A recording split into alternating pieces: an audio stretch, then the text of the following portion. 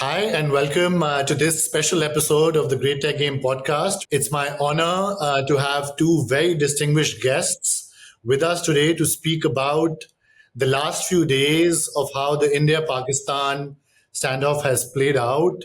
But unlike other conversations, today we want to focus on the technology aspects, the lessons learned from the last few days.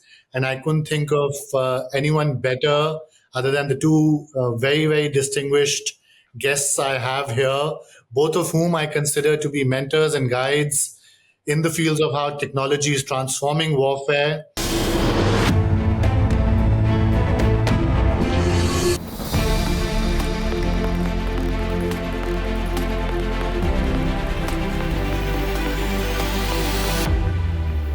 So let me introduce them very briefly. Lieutenant General Dr. R.S. Panwar, distinguished veteran of the Indian Armed Forces with 40 years of service in the Signal Corps of the Indian Army. He retired as the commandant of the Military College of Telecommunication Engineering, the Indian Army's premier institution for training in ICT, electronic warfare, and cyber operations. Lieutenant General Panwar is an alumnus of IIT Bombay with an MTech and a PhD degree in computer science and engineering. And during his career has commanded key operational logistics units across India, spearheaded R&D in military communication, and played a pivotal role in ushering network-centric warfare capabilities, some of which we will get into.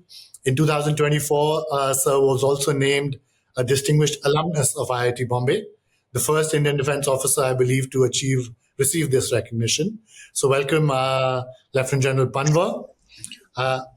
And I must thank you also formally for when I was writing my book. I was the beneficiary of a lot of insights from you, especially on how tech is transforming warfare.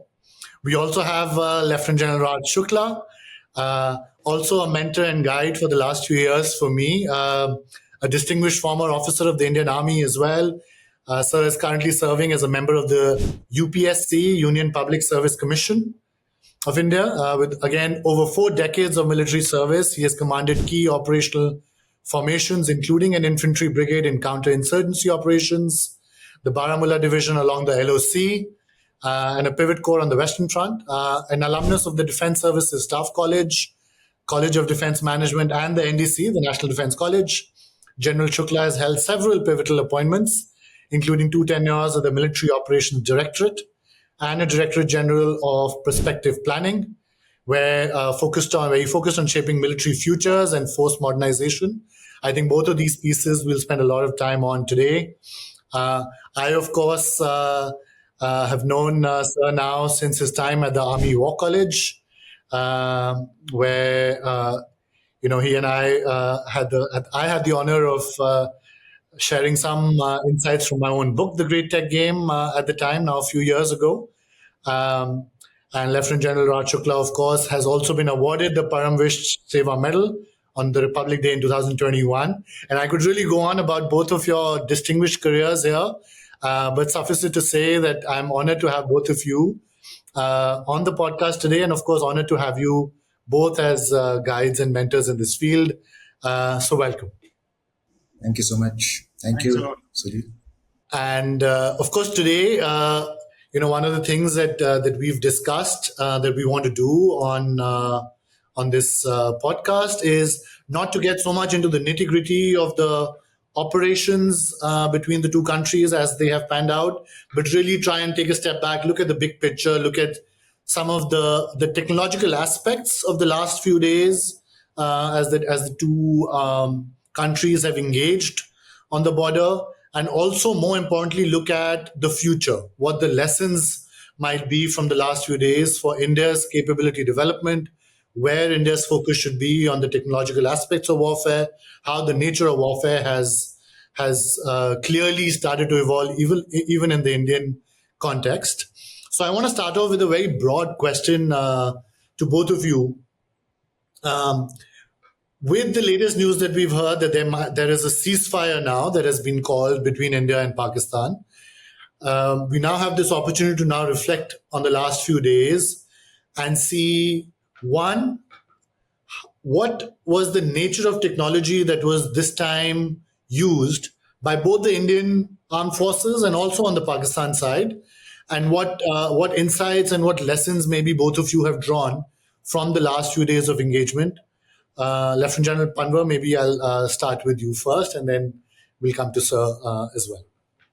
Sure, thanks very much for that introduction. It's an honor to be here.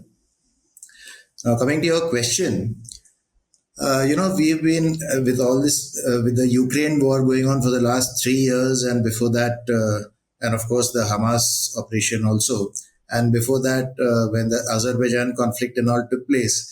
So with all that in the background, we had been conjecturing and thinking, applying our minds as to how warfare, the character of warfare is going to change in the years to come. What has happened, I think, with this operation, now that we are talking post ceasefire, is that it has given a glimpse as to it's not just somewhere in Ukraine, Russia conflict, but it is going to be applicable to us, although we've seen a very, very small glimpse of how the nature is changing. So that's the broad comment which I would like to start with. Coming to specifics, what we have seen, apart from the conventional warfare wars which we have been used to, Kargil and before that 71 Ops and so on and so forth, primarily it's very clear. I mean, it's the drones which have, come onto the battle space in a very big manner. In fact, most of the operations. So drones is one.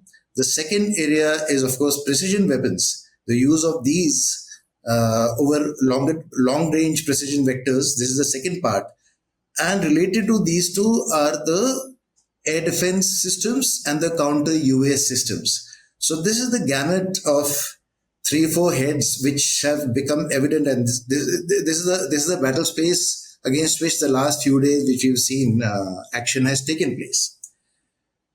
Now, going to a little more specific as to what has been used in what manner, and then comparing it to what has been happening in Ukraine, because I feel that compared to Ukraine, the types of systems which have been used, possibly the full manifestation has not been there in the manner in which it has been affecting the Ukraine operations. So here we see, firstly from the, let's say from the Pakistan side, the use of low-cost drones. Large number of low-cost drones, several hundred being used in a day. They are costing of the order of a few $100, maybe up to $1,000. A large proportion, I believe, have been on the surveillance side.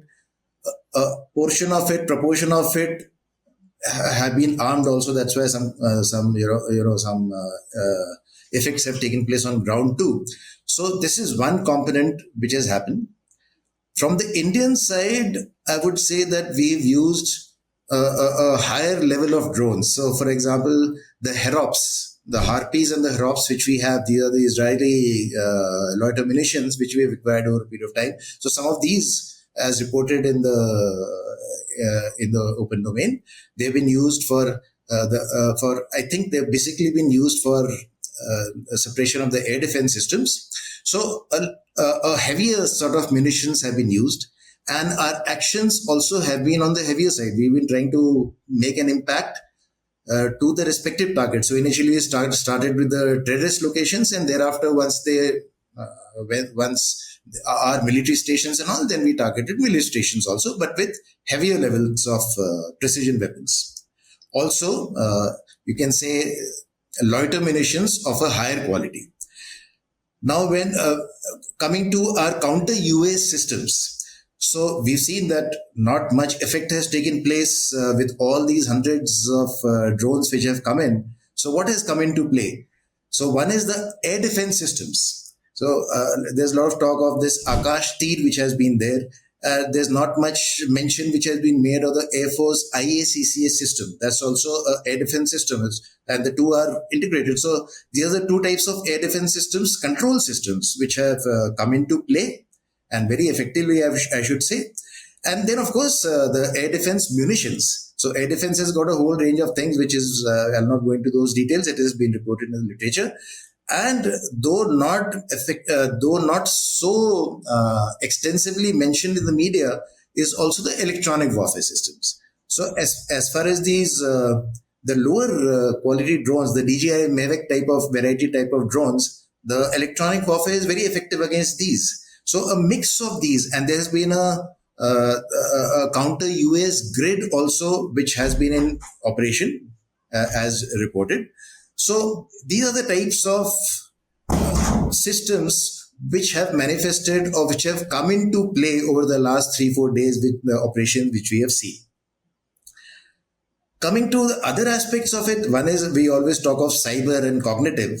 Cyber, I think some reportage was there of use of cyber attacks on our systems, but affecting the main operations, I think that there's been a very limited impact because the systems which are affected are not the mainstay systems, but some related defense systems which have got affected. And lastly, the cognitive aspect, of course, is always there, which has been playing out in the background. So both sides claim, just like Ukraine, Russia, here also, I mean, they're different. And it is very obvious from, at least to me, it is obvious from the way the reporting has taken place that any neutral observer would find that the transparency which the Indian sides have shown on the use of dissemination of information is much more credible because our media is absolutely open. You try to hook on to a Pakistani media, you will not find much reporting taking place from that side. So to that extent, while cognitive aspects have played a role, but I would say it's essentially the kinetic aspects which have really played out and now led to this ceasefire in whatever manner. So I think as a first response, I'll stop here, and once the conversation goes on, we can add on. General Shukla, what have been the few pieces of the technological use this time by both the sides that have stood out to you? So, I just jotted down a few points as you asked the question. So they're absolutely fresh, original thoughts. They may not be refined, but fresh and original. So, see, what it tells us that for the Indian state, this is a seminal moment in the evolution of our statecraft and national security. That's the first point I would like to make. In what sense? Op Sindoor, I'll just take you back to the days of Parakram, the days of inaction, Parakram and 2611. I was a colonel and a brigadier. So look at the frustration after Parakram, 24 hours of mobilization and nothing, months of mobilization and nothing happens. 2611, we did precious little. In one of the briefings, I was personally present, where we gave a whole lot of things why we can't do this, we can't do that. So the Indian military was a blunt instrument, huge but unusable, non-usable. This time, Sindhu shows us that we are an instrument of precision strike, non-contact kinetics. I don't think we've lost a single soldier. Non-contact kinetics. And this transition has only been enabled by technology. So this is what technology can do. And if we get more of technology, we can do so much more. Op Sindoor has allowed us to rediscover the utility of force because of technology.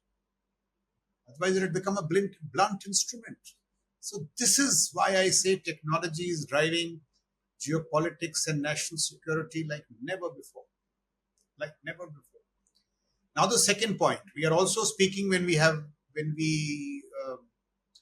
a ceasefire has been announced. Yeah. Now I know my friends and countrymen well. Moment the ceasefire was announced, we'll stop doing everything. Let's not do that. Let's not fall into the trap because the next challenges are just along the way. And I will tell you how it is. This is a moment to resolve that we will seek combat overmatch with Pakistan. I mean, $4 trillion, $0.38 trillion. We need combat overmatch and to shrink the relative combat ascendancy with China. Shrink it. In both, technology will play a huge role. I'm not making an argument for escalation of budgets merely. I'm saying technology as the leveler. So I'm saying technology as a tool of national security and geopolitics, and technology as a leveler. Now, the military throughout needs to show some realism and humility. What is the realism and humility? There has been a marked change in the character of war, predominantly to unmanned systems. Yep. Look at Ukraine, and it was obvious, but we just don't, concede this very easily. In Ukraine, 80% of Russian casualties in men and equipment have come from drones, not from infantry, not from armor, not from artillery. I had to swallow humble pie, and not from air power, piloted air power. They have come from drones. It takes very wise militaries to concede and adjust to this reality. I'm not saying that the utility of others has gone, but I'm saying accept the reality. Non contact kinetics and unmanned systems. Precision. This time we took out, in precision, we took out some targets of the terror ecosystem. If our precision was even more refined, we would have taken out not the family members of Masood Azhar, but Masood Azhar himself. That should be it. US doesn't take out Soleimani's 4 wives, they take out Soleimani. US takes out Al-Zawahiri when he's having a cup of tea. Now, how does technology come in? General Panwar is here. He's the technology man. I'm not the technology man, but I'm telling you, now is a matter of detailing and clarity. Unless you have presence in the LEO space, you will never get precision. ISRO will not give you presence in the LEO space. ISRO is exploration. So when we say India is a great space power, it is, but it is in docking, it is in astronauts. It is not in military capacities. In the same LEO space, China has 14,000 satellites. USA 42,000. We have none. So we were relatively blunt. Without Starlink's kind of systems, we should have one for Ladakh, one for the Eastern Theater. Without Starlinks, you will not, in my understanding, have positioning and communications. So you will not have real refined dronery. You haven't seen those sophisticated drone swarms. You've seen one drone here. I don't want to firstly, they are not ours. So we need to get indigenous about our drones. And secondly, that kind of sophistication will only come from this kind of stuff. So it is technology leading to direct combat outcomes. The third point I would like to make is let's stop these technology debates and let's get into technology action. Yes. So I'll tell you AI. Defense Secretary Pete Hegseth, when he took over 3 months back, he said, what is our status in AI? He was given a series of briefings, and in frustration, he said, I don't want theories. Where are we? And this you're talking about the most advanced power.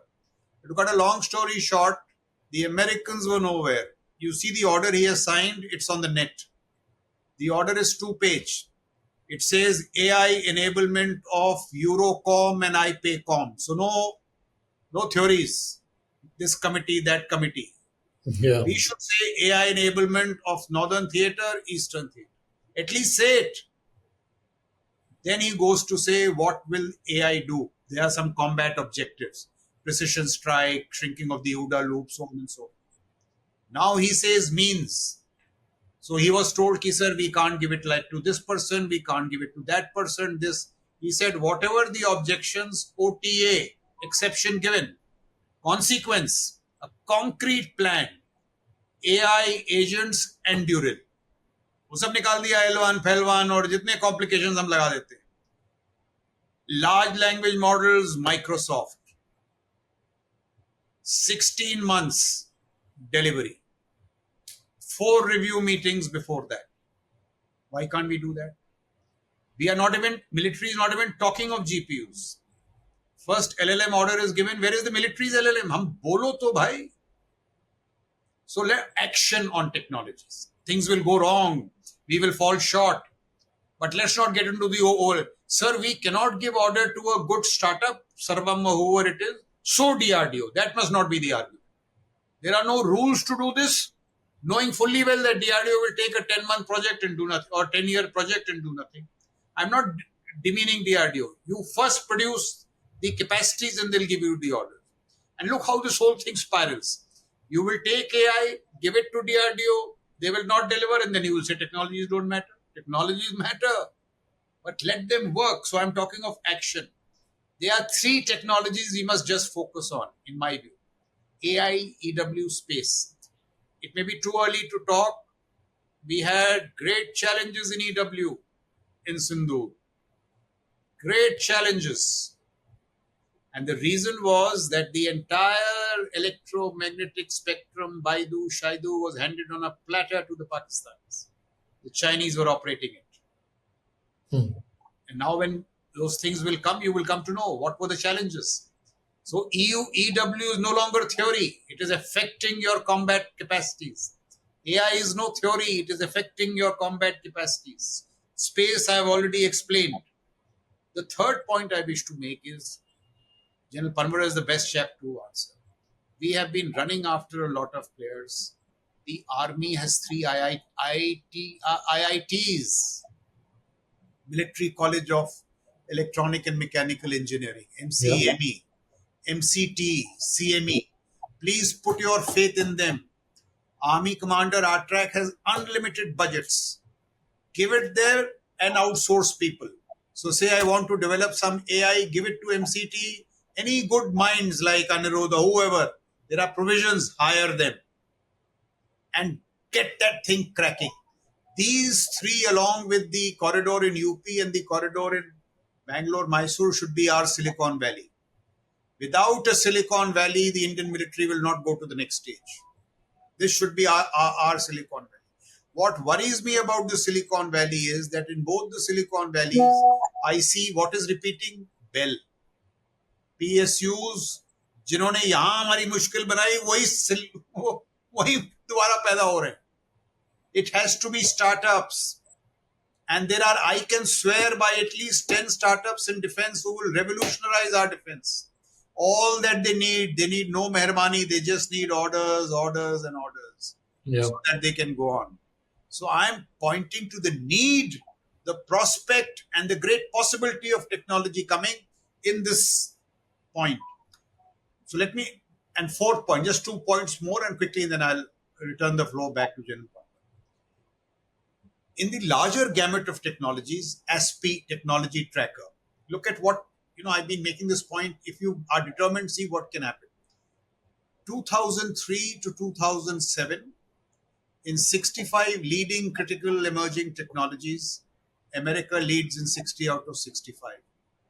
A reflection of their power. Only superpower, technology they dominate.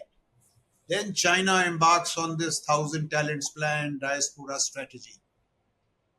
By 2019, 2023, China leads in 57 out of 65. What a dramatic inversion of technology.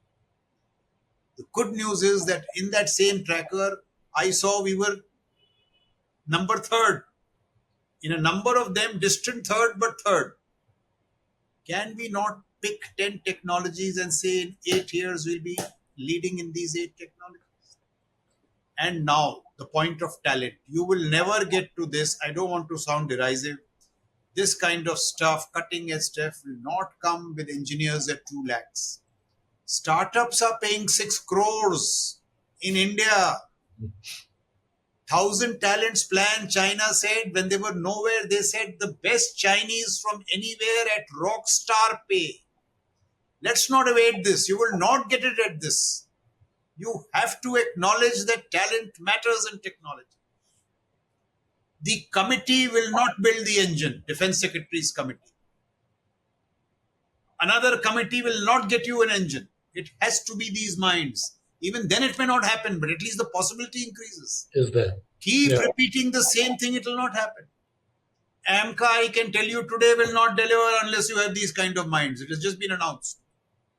Let's not make the same mistakes of the past when so much is possible. And the last point is the point that I make very often. Where is India's Chris Miller? Unless you have Chris Miller or that kind of tradition where you study the geopolitics of technology, and convince our defense top brass that it is not technology for technology's sake. This is what technology is doing to deterrence and war fighting. So I'm making a case for deterrence so that you don't have to war fight. If Pakistan had seen our technological ascendancy by an order of magnitude, I'm just saying hypothetically, if they knew that by next time they do an attack, Masood Asar will be destroyed in his bed, they would not have done it. They know that the instrument is blunt, it will idhar padega, udhar padega.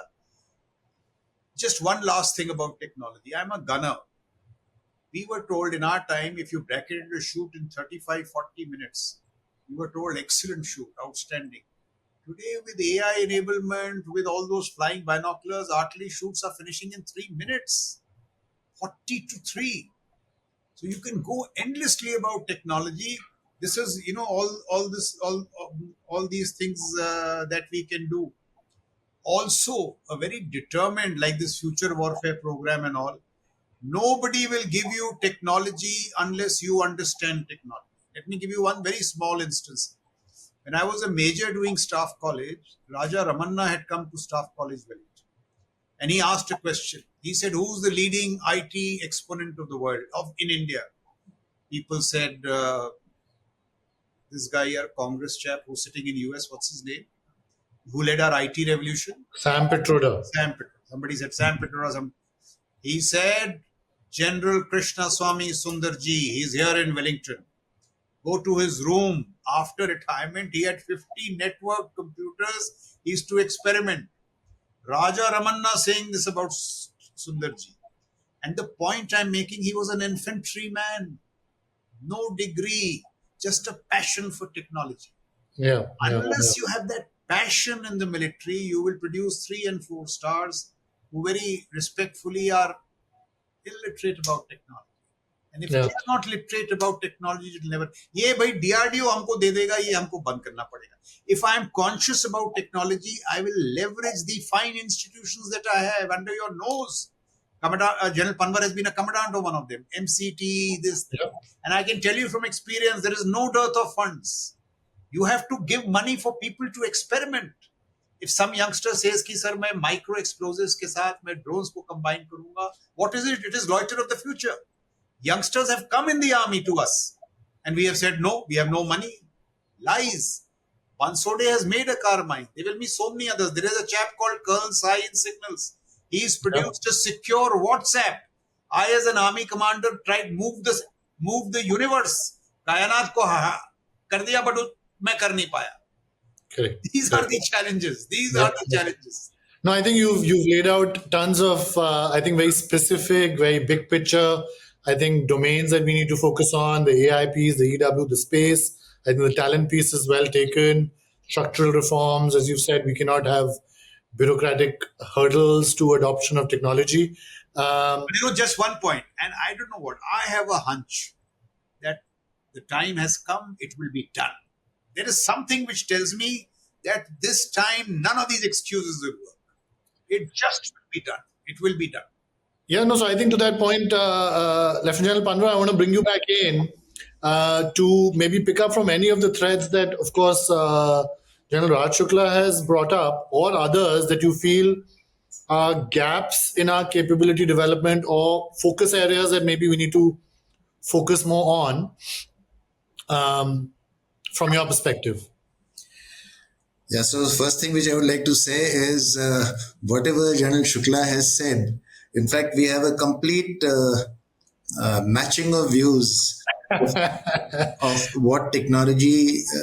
There are very few voices which speak about where we are lacking and what we should be doing. And so, to that extent, everything which General Raj Shukla said, I'm in complete agreement. But I would like to elaborate on some of the points and add a few more angles to it. Firstly, I was mentioning, I think, offline to you that General Shukla mentioned this future warfare course, but there's also been a defense study, which was army study, which was ordered, which we've done over the last 4-5 months, which was purely this agenda which General Shukla has outlined, that we should come on to an action plan. So the agenda was that action plan on specific technology, and we applied our minds to it. So the point which I'm trying to make is there is realization right now that this needs to be done. How well, with what will, and with what force it is taken forward and implemented is where this, whatever has happened over the last few days, I think is going to act as a trigger. Because I started by saying that we were so far studying the Ukraine conflicts which are far off from our lands, and we were thinking that okay, it doesn't really apply to us all that much. Yeah. But we may have seen a very small glimpse of it. But we've seen that the manner in which warfare unfolds itself is completely different from what has been there earlier. So Yeah. this would act as a realization that yes, we need to apply our minds and act on it right now. So, Yeah. that's the opening, and Jan Shukla has given a lot of suggestions as to how that can be done, and I'll add on to some specifics here. So, there are three technologies which he mentioned. One is AI, electronic warfare, and LEO constellations, and I fully endorse these are in fact topmost amongst the whole list of things which we can be doing. Now, AI is a very broad thing. AI is, in my own conviction, is going to revolutionize warfare. It's already creeping in. Right now, it's just about creeping in. But it's changing so fast. And what we are seeing right now is its manifestation in the civilian domain. Its application to the military domain is going to be equally fast. But I can tell you, even the US, this order which Jan Shukla was referring to, and China and all, I've been involved in a track to, I was mentioning this track to diplomacy. So they're all grappling because technology is coming in so fast that even the topmost technology leaders or military powers are grappling with how AI will affect warfare. And AI happens to be a strength of ours. It's a soft discipline. So ICT, AI, these are our disciplines where we can, are not only startups, our main firms as well as startups, all the entire spectrum, we can leverage this expertise which exists in the country. Which brings me to the other point, which he kept on stressing on our own institutions, the technical institutions which we have, Military College of Telecommunication Engineering, MCME and CME, etc. And it's not just these institutions. So my view of how this can be brought about, General Shukla made a statement that we cannot absorb technology unless we understand technology. And for understanding this fast changing technology, what we need is what I refer to as a critical mass of experts. That critical mass of experts is not required to develop technology. It's supposed to visualize and envisage how warfare will change. And it's a mix of, warfighting experts and technological experts. So this interface from our current warfighting methodologies, how they would change with technology, and how to interface and absorb technology which is available in the country, as well as outside, I mean, through partnerships. For that, you require this technology mass of experts. So within, that has to be within, captive within the armed forces, then only the inflow will take place. So that plane has to be strengthened. So that's one point. Now coming to some specifics. Now talking of AI itself. AI again, there are two different, distinct different, you can say, areas where AI manifests itself.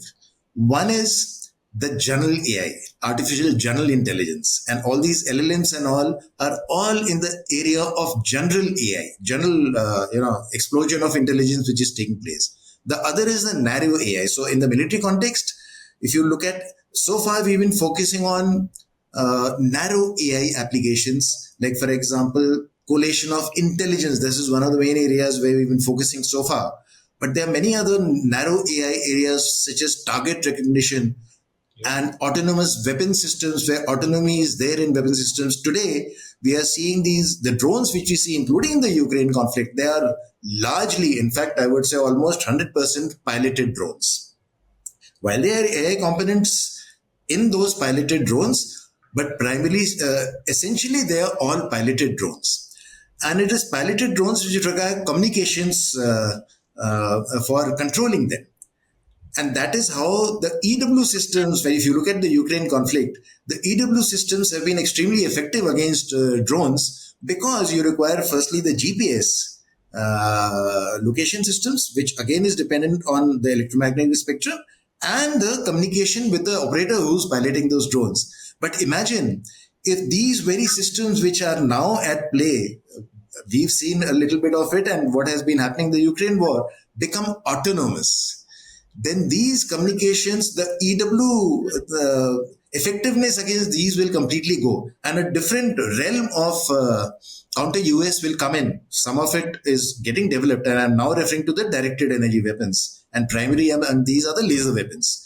So India too has been making some headway. Recently, in the reports you would have seen, a 30 kilowatt laser system has been tried out. But in the world, really speaking, in global, the leaders who are there have gone on much further. The Israeli iron beam, so to say, and US systems, others, even Chinese, have gone on to 100 kilowatt systems and beyond. So this is one area which has to be focused. Directed energy weapons is one area which is also an area of focus. Now coming back to AI, I was talking of the AGI part. So far we've been focusing on the narrow AI part, where again, uh, uh, I mean, our sites have to be much more, the resources devoted to we have to be much greater than what has been devoted so far. On the AGI front, where it is going to, we keep talking of this OODA loop, and AI is going to, speed up the OODA loop. In actual terms, it translates to taking tactical, operational, and even strategic decisions. We can even say decision support, but ultimately, I'm actually convinced, I'm of the view that there'll be a time when the decisions taken by the AI systems will be superior to those taken by humans, no matter what experience you may have. I mean, that's the era in which we are moving, and it's going to come very fast. But let me not get into that. Let me just say that in the realm of decision making and many other artificial general intelligence applications, we have to have captive uh, AGI ecosystem. I would put it that way. So when General Shukla was saying that where are our own LLMs, no, it's not just Indian LLMs. We have to have captive defense LLMs, and the GPUs. We've in fact given recommendations on that. That we don't have, we have not been giving adequate thought, because it's very difficult to follow the speed with which the revolution is taking place. I mean, we talk of the chat GPT, just about 3 years back it came up, and now DeepSeek has come up, and we say, okay, so many GPUs, chat GPT used so many, and the DeepSeek used only about 2000 odd GPUs. But you look at Elon Musk's Grok system, which has been trained on 2 lakh GPUs, and the GPUs which are being absorbed by China, primary adversary, which will be, we should be looking at primarily at China. It has already got a million plus, a million plus GPUs all told. Within it, it's already acquired these over the Within years, its ecosystem, and correct. and it is going to acquire it. It's developing its own, but of course, it's way behind the US as far as development is concerned. So we have to be acquiring as a country. Certain things have to be done as a nation, and then captive to the defense, because of security considerations and the way our systems function, we have to have captive elements. So this is one area of focus which we already recommended. Hopefully actions will be taken. Realization, like I said, is dawning. It's all a question of now following up, and with what force we follow all these up. The LEO constellations, I would like to add on a little more to those LEO constellations. I consider it as one of the major areas where we are lacking behind. US already has got the Starlink, and the defense component of is the Star Shield, and China has already launched on the first few constellations. The initial launchings have already been done of this Guowang and the Thousand Sails, etc. So they are also targeting thousands and thousands, roughly is 30 plus thousand satellites by the mid 30s is what their target is, and initial launches have already started taking place. How is it going to affect the military domain? Well, it's not, communication is only one part of it. Surveillance, continuous, total transparency of the battlefield, and your strategic systems. So your precision weapons, long range precision vectors, they're all dependent on GPS actions. And what if we have only a non-resilient GPS architecture? And if we keep being dependent on somebody else, that's not going to work out. So surveillance and strategic our strategic systems all dependent on LEO constellations. So resilience in the space domain is extremely important, and that's the way to go. Otherwise, you have something called the rendezvous and proximity operations, which can knock off the few defense satellites which we have a capability to make them ineffective in the case of a major conflict is very much on the cards, and so we cannot be dependent. So LEO constellations is one area, and just one last two more points which I'll make before finishing. One is, of course, cyber. Now, cyber one feels that the place where we are in cyber, it's mostly being looked at from cyber intelligence point of view. But cyber there's a capability of cyber to create physical effects on critical infrastructure and on many other areas where it can have an actual impact. So, for example, in the current scenario, also in a standoff sort of a thing, uh, cyber physical effects could have been created provided we had the capability. So the technical capability, feasibility exists, but I mentioned it as scope, the scope and sophistication of our capability has to be much more. And electronic warfare, which General Raj Shukla mentioned, there is actually no shortcut to electronic warfare other than putting in, because it requires manpower to operate those systems and requires sophisticated EW systems. That's a very high-end technology. So we have to push in resources there, both in terms of manpower as well as finances, to get the requisite EW capability, because EW is already having a major impact and is going to have a major impact. So there are many other things, but these are Yeah. some of the things. Otherwise, we can go endlessly onto this. No, that's right. That's right. I'm going to pick one thread from, I think, the absolutely incredible set of insights and recommendations you've both, I think, laid out, which I think, as you know, as both of you were laying out, my mind, I was saying we've got to put this together separately as well. But is the piece around China. Now, General Ashokla, you mentioned the role that China might have played behind the scenes over the last few days. I think a lot of the comments, Lieutenant General Panwar, you've made, both of you have made around the space LEO piece, are all pointing to what kind of capabilities we might require in a battle situation with, let's say, China tomorrow. So I wanna start and spend a few minutes on that piece. Now, of course, in the case of Pakistan, China might have been behind the scenes. So my first question, actually, to both of you is to maybe detail out what role, other than of course providing some systems, that China might have played in the last few days, what lessons that might offer to us, plus what China might have learned about India and India's capabilities from the last few days. So that's one. And second, then I want to talk about where in a future battle with China would some of the lessons that you've both outlined apply, and what other pieces might we be needing to think about that we might not have thought about enough. So maybe first, what role has China played over the last few days, and what lessons it might have picked up from seeing India and Pakistan battle it out. General Shukla, maybe I'll start with you on this one. So, as General Panwar was speaking, some thoughts came. So that's a natural thread, and I'll also bring in this China. And let me also say this is one of the most intelligent conversations I have had on technology ever. So, I mean, really, it's a real pleasure. See, the first point is, I visited Army Futures Command in the US about 3.5 years back. So, Army Futures Command in US has been set up in Austin, Texas. So the four-star there was telling me that they made number of choices. They wanted, as everybody wants to go to a better place. They were told you will go to Texas because that is innovation country, Elon Musk. The spirit of innovation must come in the armed forces. Innovation, technological innovation. They were sent there. The four-star was told you'll have a very small nucleus. So it's a command, but not very many people. You will leverage Carnegie Mellon for AI and Austin, Texas for a host of other technologies.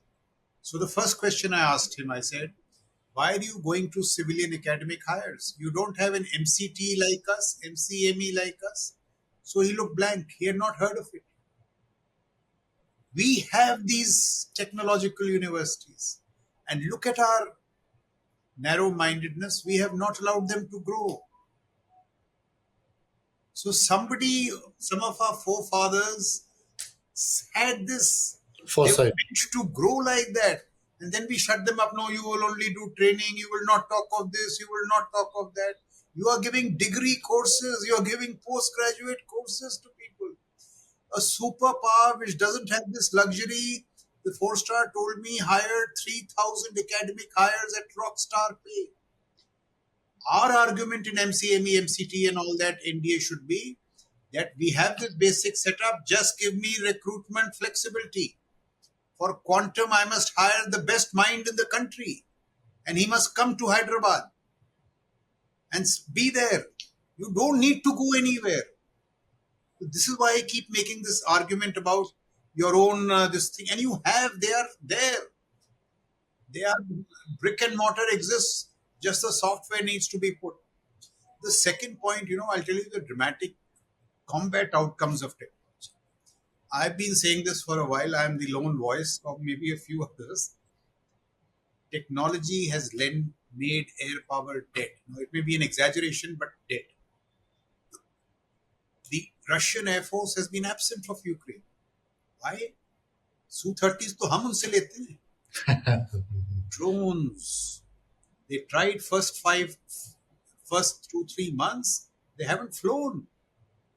In our case, see what happened. I've been making this argument that air power without drone missile force complementing it, it's not an either or option. It's a sitting duck. The first day, we do something, successes, but some losses also. It will now come up. Reality has to be seen.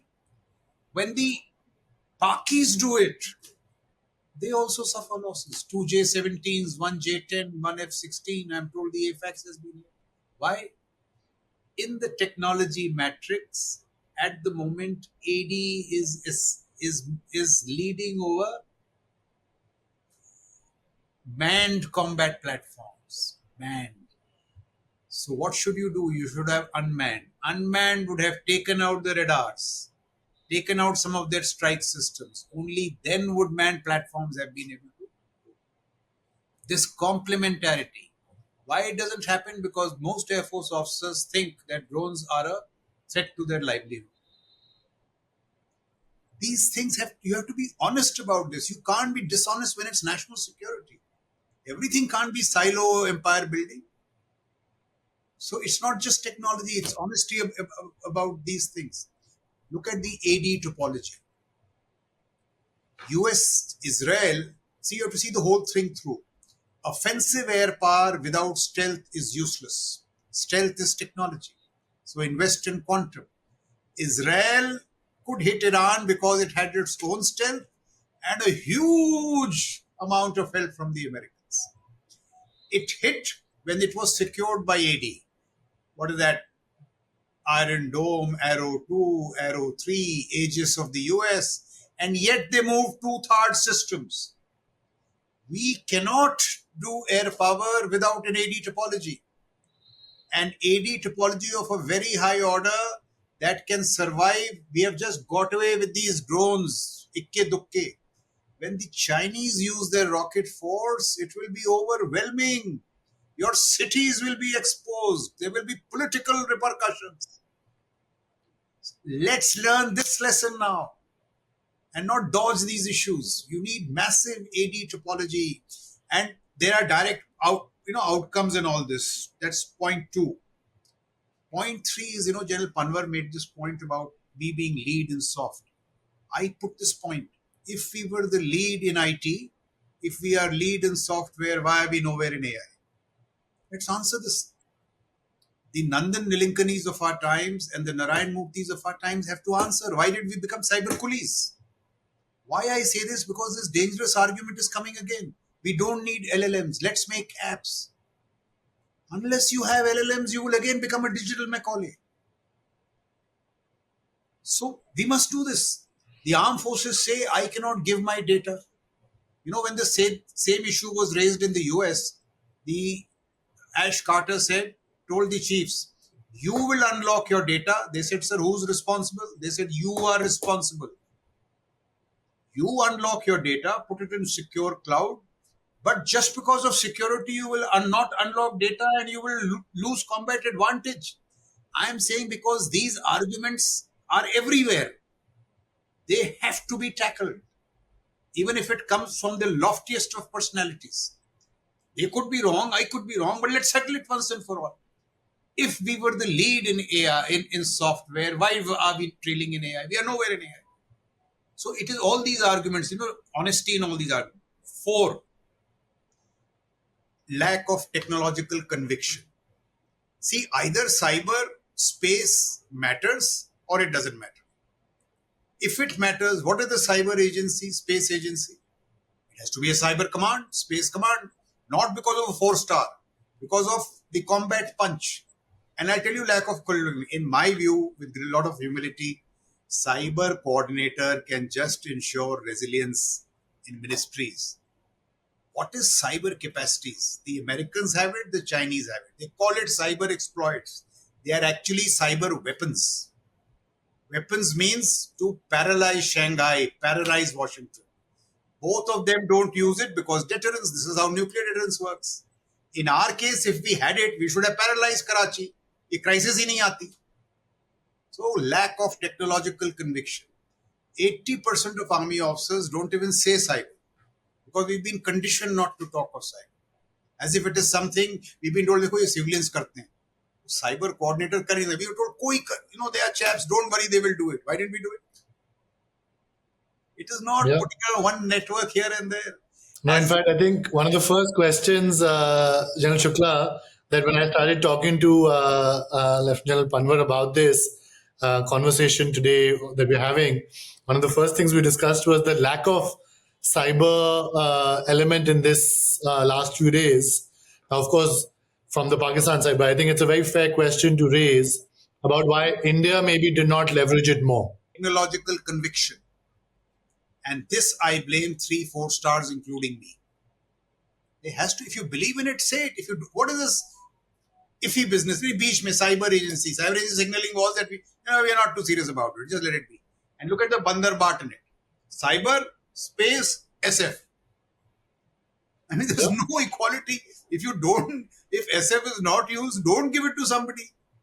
Bandar Bat, तीनों को satisfy कर दो. So our technological conviction is not there. And these are issues of war and peace. They cannot be halfway measures in this. So this is the third point, the fourth point I wanted to make.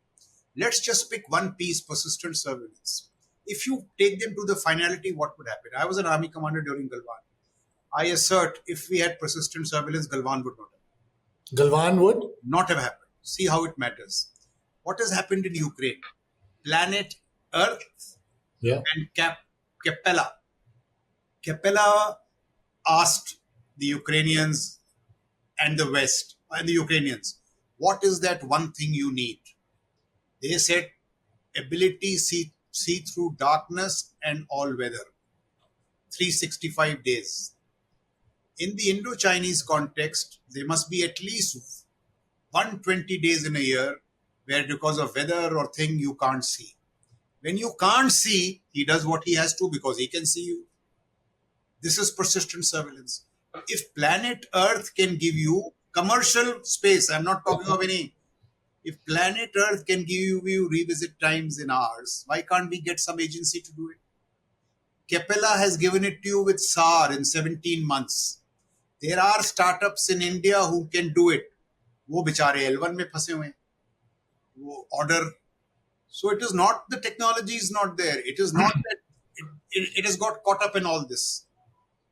I've been really trying to push this point with guys who matter. Just give them orders. Nothing else is needed. And you will get persistent surveillance. You have to take, one of these things to the... And the last question is, our system is still talking DRDO, PSU. When will we talk of Elon Musk, Palmer Luckey, and Alex Carr?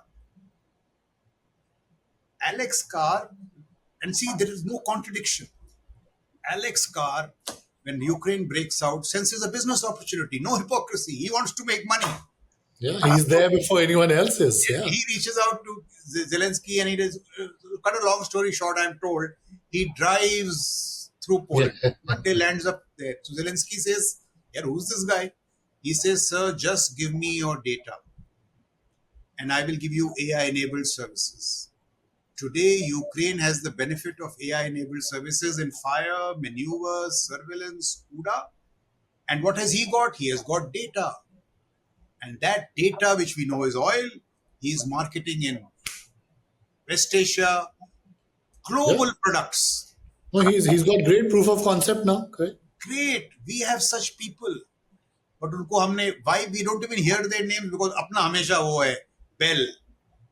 Somebody will come like that and block these things. So we have to push these arguments. Look at Pahalgam. Today I was seeing in the morning with a lot of things. There is a Pakistani businessman who's involved in shady deals in the past, who has done their space stuff.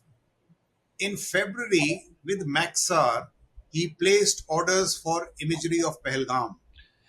Yeah, even I just saw that. Yes. That imagery was 3 times. Now, this is, I'm not talking of technology directly, but technology mindedness.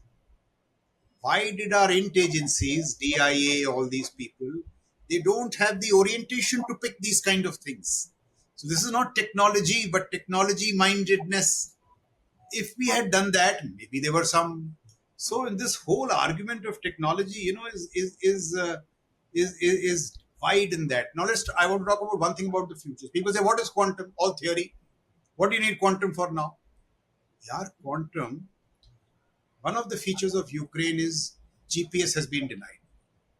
People at the lower levels of quantum have worked out some kind of quantum positioning systems which are doing wonderfully in this GPS denied environment. You must have at least 2 startups who are not high-end quantum, whom you give these orders. They will give you these abilities to function in GPS denied environment. Direct outcome. And in the long term, what is the biggest challenge? CIA says the only threat bigger than the PLA is quantum. Why are they saying it?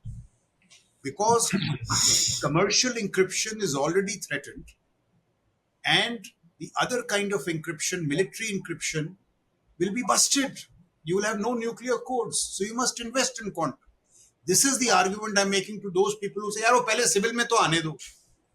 ऐसे नहीं होता है यार. You have to, with great persuasion, I got I got an order given to one quantum startup. Even if he's making the baby steps, this whole technology needs to come.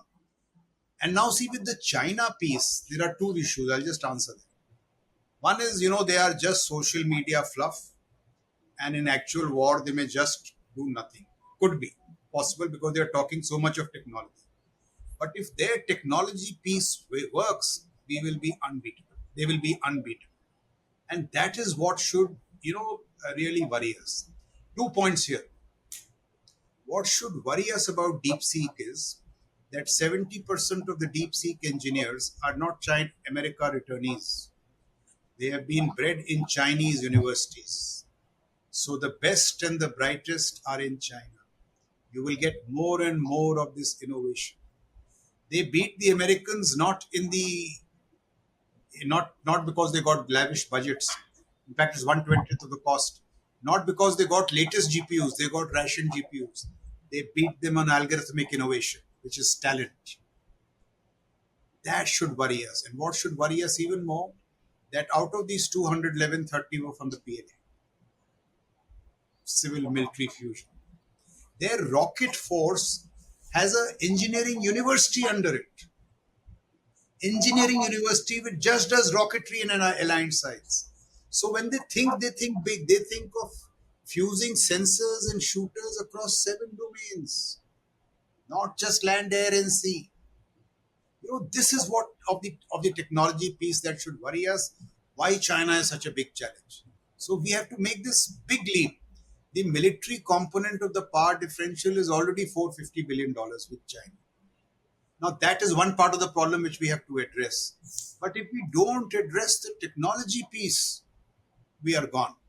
And just 2 more points of the China challenge, and then I'll end. One is civil military fusion. Their chips and their shipbuilding is entirely civil military fusion. Their shipbuilding drives global commerce and a global quality navy. Similarly, chips. Brinda has written a wonderful paper on this. You link it with your one on AI, which is what you pointed out, the deficiencies, talent. Unless we get that act together, none of this is happening. See how they work. Their civil military fusion works like this. If you're a good startup, defense will give you an order till commercial viability. Not beach mein latka diya L1 L1 ke chakkar mein. Or if you are a particularly bright startup, I will hold your hand till you destroy the American adversary startup. The linkages are strategic and not clerically financial. Strategic. Last advantage, last example. Look at technologies. I am told every 10 years their Politburo looks at technologies. Politburo. So 10 years back they picked batteries. If I and you, the Prime Minister says हम battery पे काम करेंगे, शाम तक उसके 100 meme निकाल देंगे. Batteries में क्या करना है बैटरी में. Look what they do. In their university system, they design 450 courses for batteries. I read and reread it. कहीं ये 45 तो नहीं है. 450. It is listed. Battery, chemical, battery, battery, metallurgy, battery, this. They produce a generation of graduates, postgraduates, doctorates in batteries. They set up a university in central China, batteries. Link it with the PLA Academy of Military Sciences. And now, does it surprise you that BYD has pushed out Volkswagen from the car market on the strength of batteries? And the same batteries go into your submarines, they go into your AD systems, and that. Our biggest problem is what? Our AD gun will have one gun or 6 गाड़ी पीछे. पूछो ये क्या गाड़ी? Sir, generator. Unless, look at the tactical signatures. Unless you work on power sources, batteries. So I ask the question, everything matters to the military, from battery to AI to miniaturization. It has to be a technological mindset. And see, from my days, what the change is, I was told, don't talk nonsense. You just focus on fighting. You will get the technologies you need. So I asked who, I was told DRDO. From that mindset, we have now at least started saying we need technologies. We now need to go where we will drive technologies. ये एक हमारी mindset हो गई है कि भाई technology civilian बनाएंगे उनसे हम ले हमारा काम लड़ना है. It is fusion. You have to drive each other. It has to Yeah. be in your blood. I mean, I can't emphasize it more.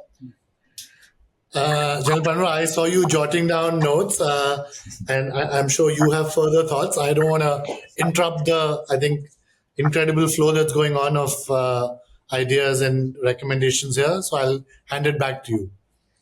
Yeah, so I think it's we are going much beyond the slated time, but I know, but I don't want to stop it. while General Shukla was speaking, so many other points, which one wants to expand on and talk about. So he's mentioning this phrase technology mindset and conviction. Technology conviction is the word which he used.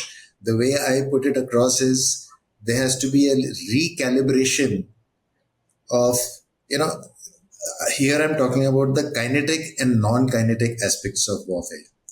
So when we talk of electronic warfare, cyber warfare, cognitive operations, these are all in the non-kinetic domain. And generally it is felt that the non-kinetic ones are non-kinetic aspects are add-ons, something like force multipliers.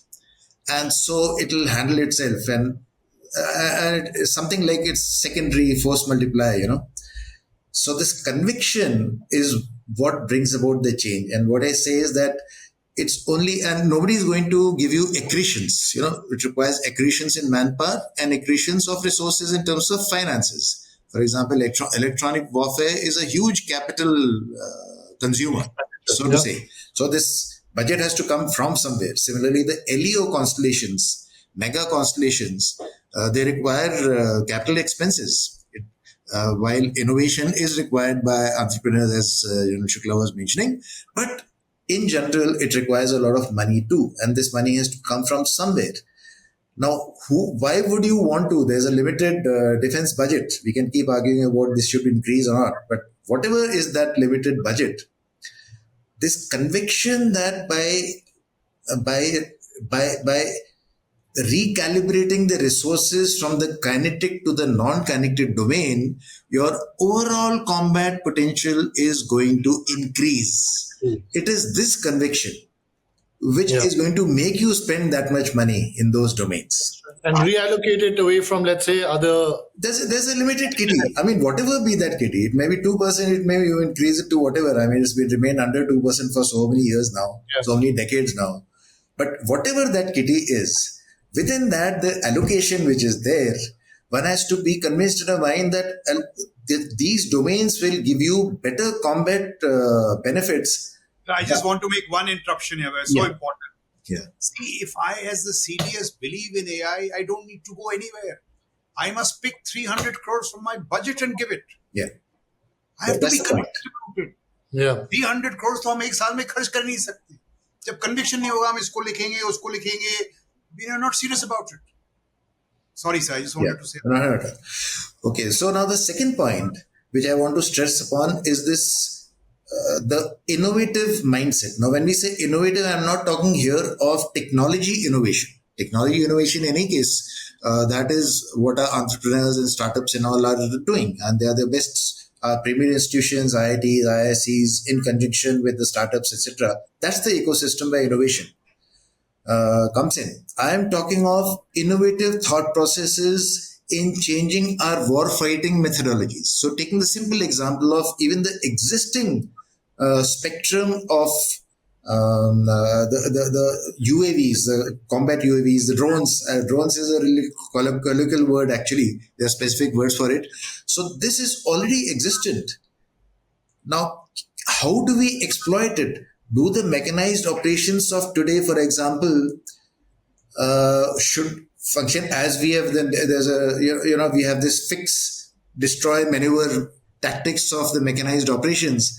Is that going to hold when there's an onslaught of drones from the other side, or should they be? How should drones be incorporated into the mechanized war fighting concepts to be able to function in today's environment? That's one example. Let's say there was a Kargil again today. Would we again fight the same way in which we fought bunker to bunker, or would there be initial onslaught of drones?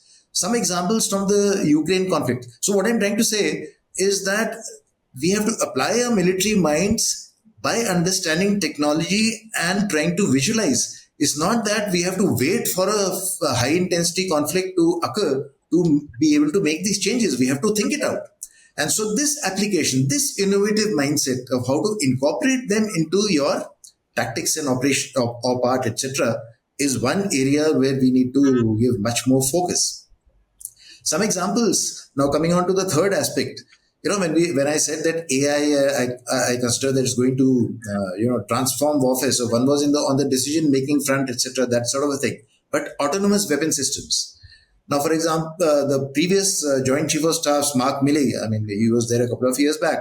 He made a statement a few months after he relinquished that appointment, is that by, let's say, mid-30s, 1/3, 25% to 1/3 of all platforms will become autonomous in the US Army, with reference to the US Army. That was his visualization.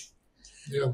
Even now, the CCA, which we talk about, the collaborative combat aircraft, that's man-machine teaming. So the one aircraft and several unmanned systems, etc. Now, if these and CCAs are being progressed as a project, even by our own Air Force, is being progressed with great vigor.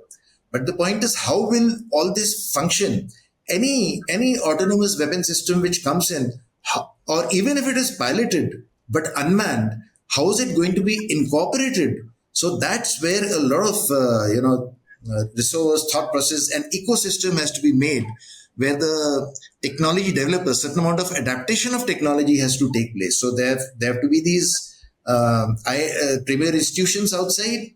You have to have war fighters. You have to technologists in uniform.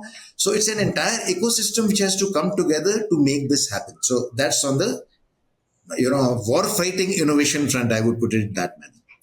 Then there is this issue of exploiting in a manner how what we already have, exploiting it further. So we've been hearing of this Akash Tir over the last 3-4 days. Akash Tir is just become operational. It's just being, fully fielded. IACCS of the Air Force has been there for quite some time. And you have this artillery command and command control system, ACCC as they call it. It has been there for some time, and of course, next versions need to come. Now, imagine that if we had to today we used long range precision vectors to take out those militant headquarters and even the airfields. That's how we went about it. But let us say we had our UAVs in the air, and you had your long range precision vectors here, and you had to take out mobile targets. Fixed targets you can always do without observed fire. So this linking of the sensor shooter loop of whatever you already have, it requires a linking up of things across the three domains of Army, Navy, Air Force, etc., and of course within the Army itself. So a lot of work. If we focus our efforts in the right direction with a focused effort, I think a huge amount of progress can be made towards future war fighting techniques. Okay, I think I'll So probably stop at this last point. can I also ask you to go deeper into the cyber piece? So General Raj Shukla mentioned the cyber piece. Yeah. Both in the context of China and otherwise. Yeah. I've had several conversations with, as I've told you on my podcast, with people on the intersection of tech and future of war. And one of the pieces that's clearly come out where India seems to be lagging, and I think you are the best person I can ask this, is what are those gaps in the cyber piece? One is the institutional pieces that General Shukla mentioned, maybe a formal cyber command, not just a coordinator. But what are those pieces that India is lagging on, and why, and how would you recommend India starts to fix that? Yeah. So thanks for the question. It's a great question. I wanted to elaborate on it, but okay. So now I'll give a response to that. You see, unlike EW, which is manpower intensive, in addition to being a specialized domain in terms of training, the expertise, there is moderate level of expertise, but a heavy amount of sophisticated equipment and availability of that much of manpower to operate those systems. That's what is EW characterized as. Cyber, on the other hand, does not require a huge amount of manpower, but it requires a top level of specialization. So the HR part in cyber, the expertise development. So numbers are definitely required. So let me talk of numbers first, just to put things in perspective. I'll not talk of our own numbers because of certain aspects, but let's say the US, it raised its cyber command with about 6,000 plus personnel in the year 2010, and thereafter it has grown to some extent. China, the strategic support force, which has now been, of course, bifurcated into the aerospace force and the cyberspace force, etc. But the estimated strength of the strategic support force, which had EW, cyber, cognitive, and space, was estimated to somewhere between 1.5 to 2 lakh personnel. That was the strength of the estimate. That is the estimated strength of the erstwhile strategic support force, and that's only at the strategic level. In addition, they have resources within the formations on all these aspects too. And of course, they have a massive number, from what I'm told, massive number of groups operating outside of Absolutely, that's what I'm saying. That is only within the PLA. So there are a whole lot of militia, cyber militias, and all also working, and they have the Ministry of State Security, etc., which is also working on cyber aspects. So I think the FBI director who just relinquished, let's say less than a year back, he said that if we put all, I'm talking the US now, if you put all our cyber resources together and compare it with the Chinese, his estimate of Chinese cyber resources, there's a ratio differential of 50:1 is the figure which he came out with just very recently, just a couple of months back, vis-a-vis China. 50:1 China to US. And now we know what US is and we know what we have. So I say scale, sophistication, and expertise. These are the three aspects which we have to focus on. So scale is also required in cyber, though not to the extent, numbers I'm saying, not to the extent in EW, but increase in scale. But much more important is how do you train them? How do you get this expertise? So the HR part, So we have to have our own captive. Firstly, I am a firm believer that the main cyber force that we have has to be captive. You can't be outsourcing. Firstly, it has to be okay. So let me bring out a separate issue here, which in passing, General Shukla also mentioned that brings cyber out of the closet.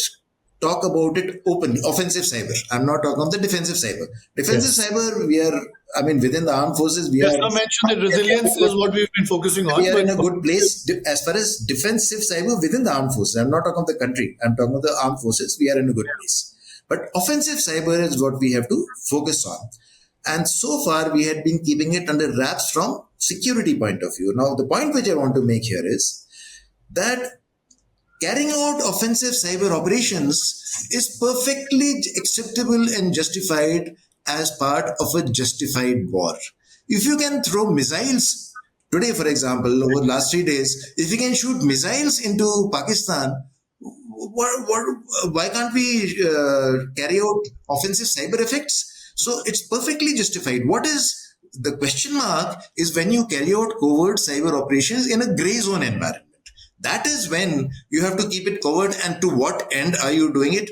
So my view is that armed forces have to focus on offensive cyber operations as part of a justified war in a multi-domain operation context. That is the cyber capability that we have to develop, and so we need not be shy or covert or you know not talking about it at all. Because unless we talk about it and bring it in the open, it will never happen. So that's one point. because And offense is then also part of your deterrence. not just deterrence. Why do we call it? I mean, the word deterrence itself is. So I'm saying when we are in a war, it's no longer deterrence. You are actually carrying out offensive action. Just like with kinetic, it's a cyber offensive which you're carrying out. It's Yeah. perfectly justified against military targets. So if it's a critical infrastructure which is supporting the adversary's military effort, you can always carry out cyber operations, and there's no international law which is stopping Oh, you from absolutely. doing that. So the next part is how to develop this cyber expertise. Now that's a different kettle of fish altogether. And that is where specialization, and this specialization is a key, is not only true for cyber, it's equally true for, I mentioned this critical mass of expertise which we require. We require it primarily in two or three domains. One is AI, one is cyber. I won't put EW in this category because the type of training we have on EW we can handle with the current way of going about things with certain improvements. But cyber, and the third is all of this ICT, software development. When I say ICT, it's all the other software related things which AI is a super specialized aspect. So these are areas, our IS systems, information systems as we call it. These three verticals have to become extremely super specialized, and our HR policies have to be completely transformed. The real transformation is required in the HR policies. Unless we transform our HR policies, institutions empowerment. One is, of course, like General Shukla mentioned, allowing them to you know absorb expertise from outside, but the other is whatever expertise is captive to us, they have to be trained and they have to be specialized. So the specialization aspect, we have to throw all our sector profile. A lot of policies we have which is generalist oriented, not specialist oriented. This is one area. At the same time, having said that, while the main cyber expertise, since your question was on cyber, since the main cyber expertise I am saying should be captive, but there is a role of other agencies also. There are certain types of actions, there are certain types of expertise which is available in the civilian domain, which also we need to exploit for various purposes. So it's a mix. So the entire HR gambit of the cyber part is a very complex affair. We have not really given it proper. I let me put it this way: that much more thought needs to be given to which is this system which is likely to work the most. So certain amount of increment, certain amount means significant amount of increment of the numbers per se, but much Yeah. more importantly, how do you train? Just getting the numbers is not going to make any difference at all. It is Yeah. the expertise, how you develop it. That's where we need to focus. And that's what China has been doing for many, many years, both in terms of numbers as well as in how they go about it. I mean, I remember going into this aspect several years back, and they were having 5-year offensive cyber courses being run for how they train the cyber warriors. I mean, that's the type of focus which was there. So, and that's why, I mean, now they're making their presence felt, which you see in all these critical infrastructures, which all these reports which are coming out from the US, that they're already embedded. They estimate they're already embedded in all the critical infrastructures, and it will be very prudent for us to assume that our critical Yeah, sure. infrastructures have all been ingressed already. That is Absolutely. the assumption which we should make, and at a critical point in time. Why do we make this assumption? We have to make this assumption because of the type of resource which has been which has been put in by our adversary, and so we have to function on similar lines. So that's on the offensive cyber front. And the last point which I want to talk about, I'll close with a little more on the AI part. So on the AI part, I've mentioned certain things earlier. I wouldn't like to repeat all that. I just want to say that there are four prongs to create this AI ecosystem, especially for this artificial general intelligence, which explosion is taking place in the commercial domain. So the question which I phrase is that in a military audience or something where I might be speaking, I said, are we convinced? The leaders in AI today, who are on the top, let's say the CEO of OpenAI, Meta, Grok, etc., almost across the board, they are convinced that in a matter of a few years, less than a decade, let me put it that way, some say it much faster, the AI intelligence will exceed collective human intelligence. That is the conviction which they have. Now, of course, since it is in the future, there are certain hurdles to be crossed, but the way the improvement in AI technology is taking place, all the scaling laws, etc., is a very complicated sort of an affair. But I'm just saying that ultimately they have this conviction. Now, if we ask it today in our own military audience or in any military audience, I would say, including the US, because General Shana and also we've been discussing. So the same mindset is there in other places also. If you ask this question, the military mind would not accept this, that AI is going to, this commander's the experience, etc., counts. But That's it is felt that all this commander's experience, the machine intelligence is likely to exceed all that. So this is only one realm, but all I'm saying is it's going to increase the way in which it is proceeding. Society would not know what has hit them. And the same thing applies to the military forces also. So there are four prongs which have to be worked on. One is, of course, the compute part, the GPUs and all, the compute part. The second is data, which again General Shukla mentioned. That data is data, how we manage this entire data. And we have to make use of open domain data also for military purposes. And we have to make use of manage our own military data.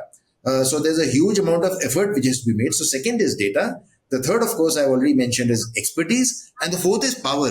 Now, power is a major component for all this AI transformation in the world which is taking place. But I power think as in energy. energy, yeah, That's electrical right. energy, gigawatts of power, a lot of power is getting consumed.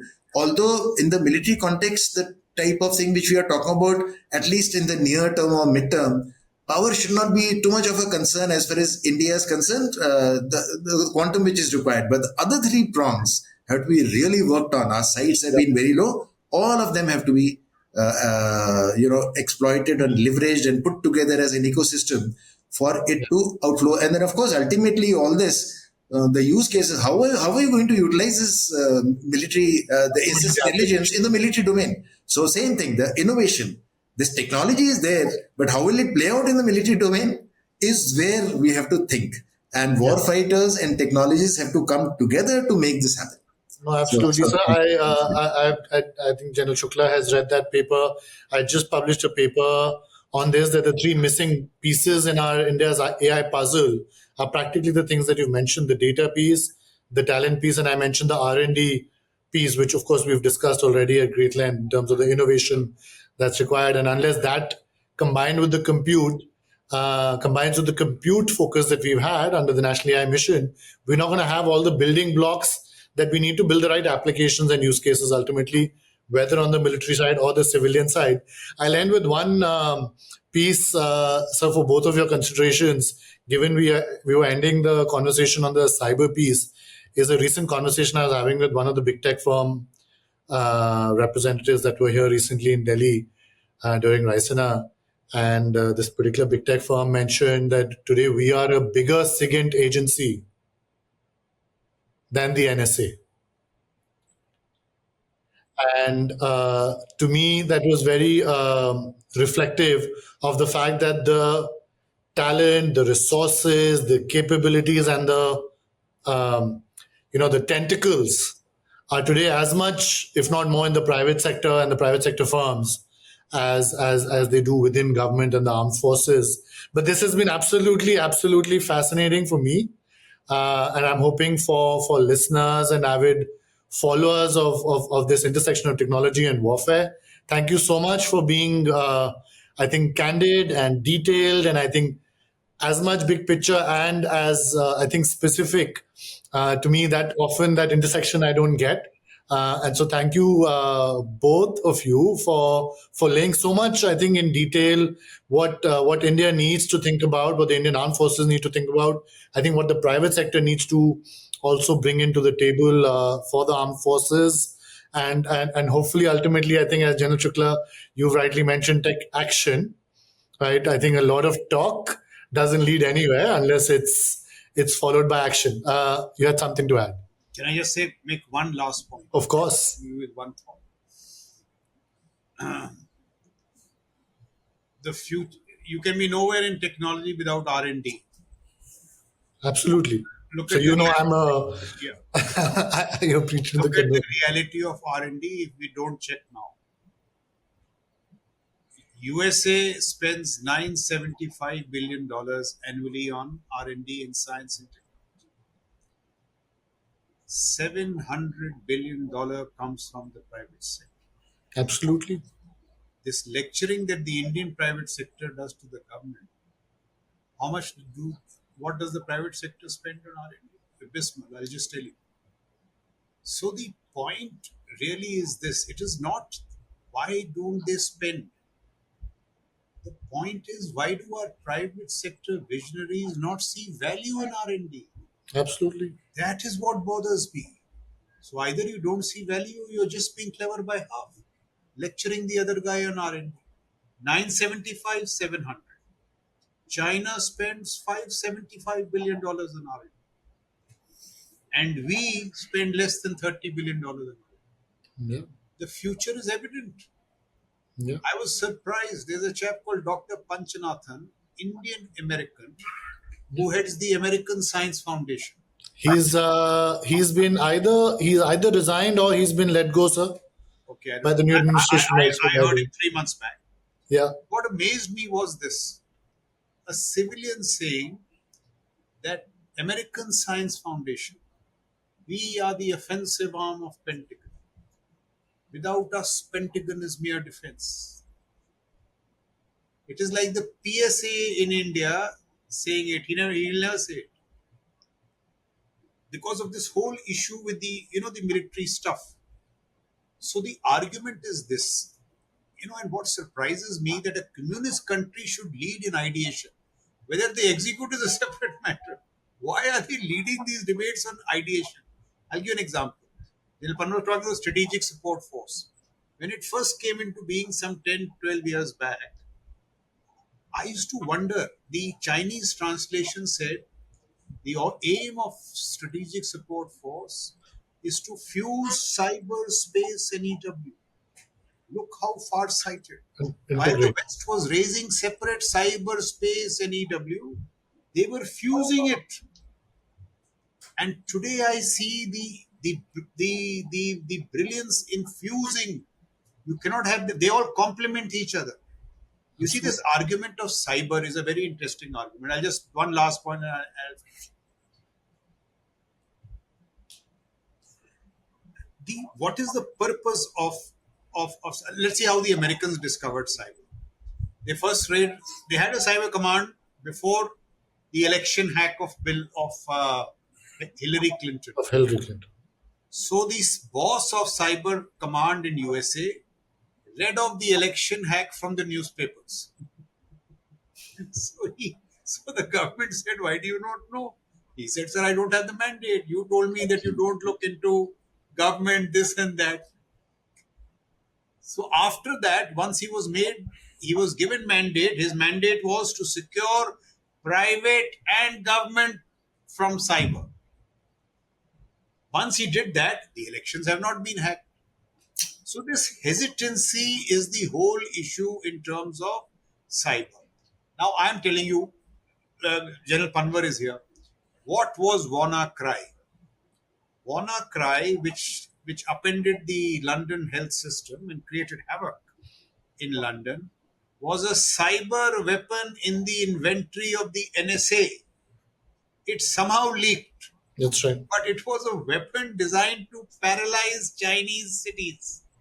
So the guys who lecture us on all this democracy, and all this stuff, they have cyber weapons.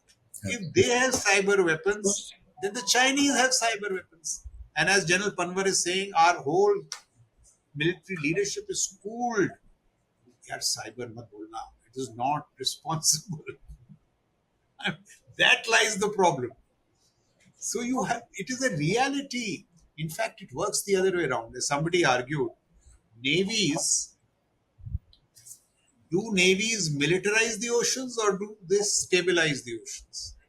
So, does offensive cyber stabilize the cyber environment or does it militarize it? If it militarizes it, keep civilians. If it stabilizes, then cyber works like nuclear deterrence. The Chinese know that the Americans are in their networks. They can cause this havoc.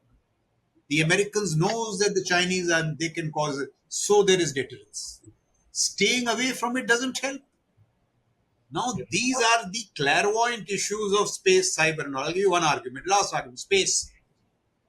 In democracies, these arguments happen. As I did NDC in 2012, as late as 2012, in NDC, the lead military university of India, we were told, shh, space mat bolna. Space, we don't militarize space. When the world was using space for positioning, communication, navigation.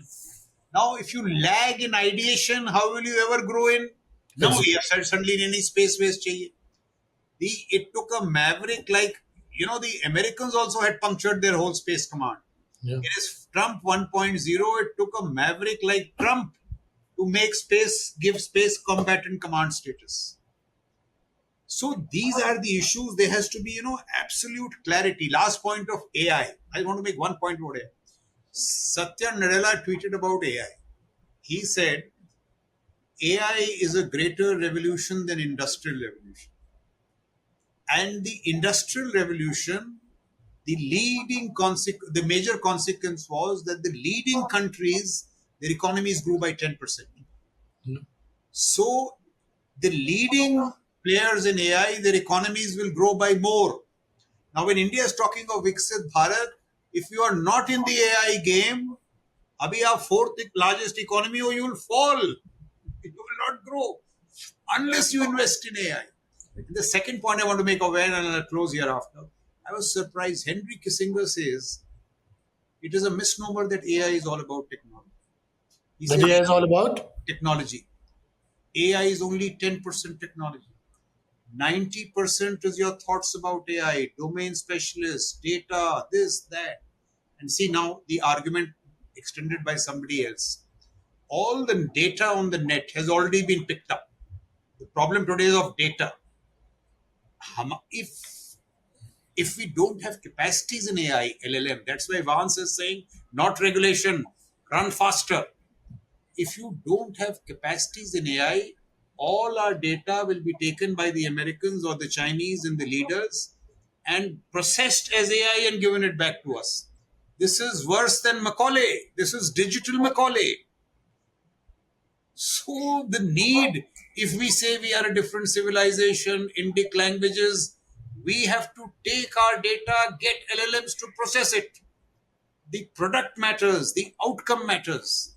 So AI is so grave, what General Panwar is saying and all. I've been shouting horse. People are not getting it. Last point, AI will decide a new set of strategic haves and have nots. It is Absolutely. beyond military. We must really invest in AI.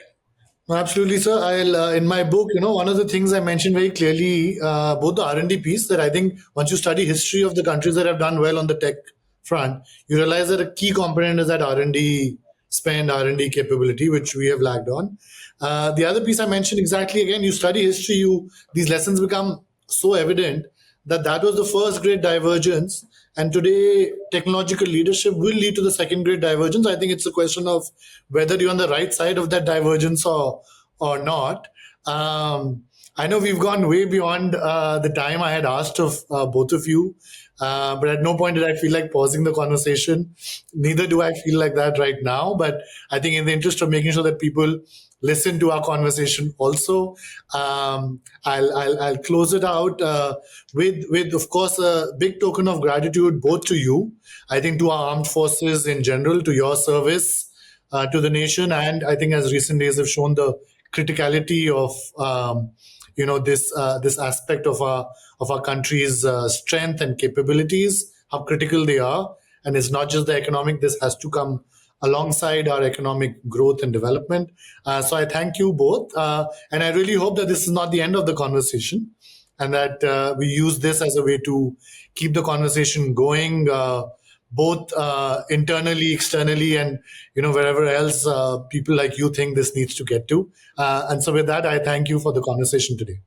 Anirudh, on the day that Op Sindoor has concluded, hopefully, the major lesson of Op Sindoor is technologically resurgent India. Yes. Yes. And that's why I wanted to have this conversation with you, because as I was telling General Panwar also, and I think you and I were also discussing this, that the conversation in the media is one thing that's very operationally focused and has a certain flavor to it. But I think these kinds of conversations are, I think, the most important ones to have sooner than later. And I think, as you rightly said, on the day the ceasefire has been called and hopefully will stick, this is hopefully the start of the right kinds of conversation for a technologically resurgent, both civilian and otherwise, India. So thank you both. Thank you, Thanks, Anirudh. Anirudh. Great being Thank here you on your for show. this. Thank you very Thank you. much.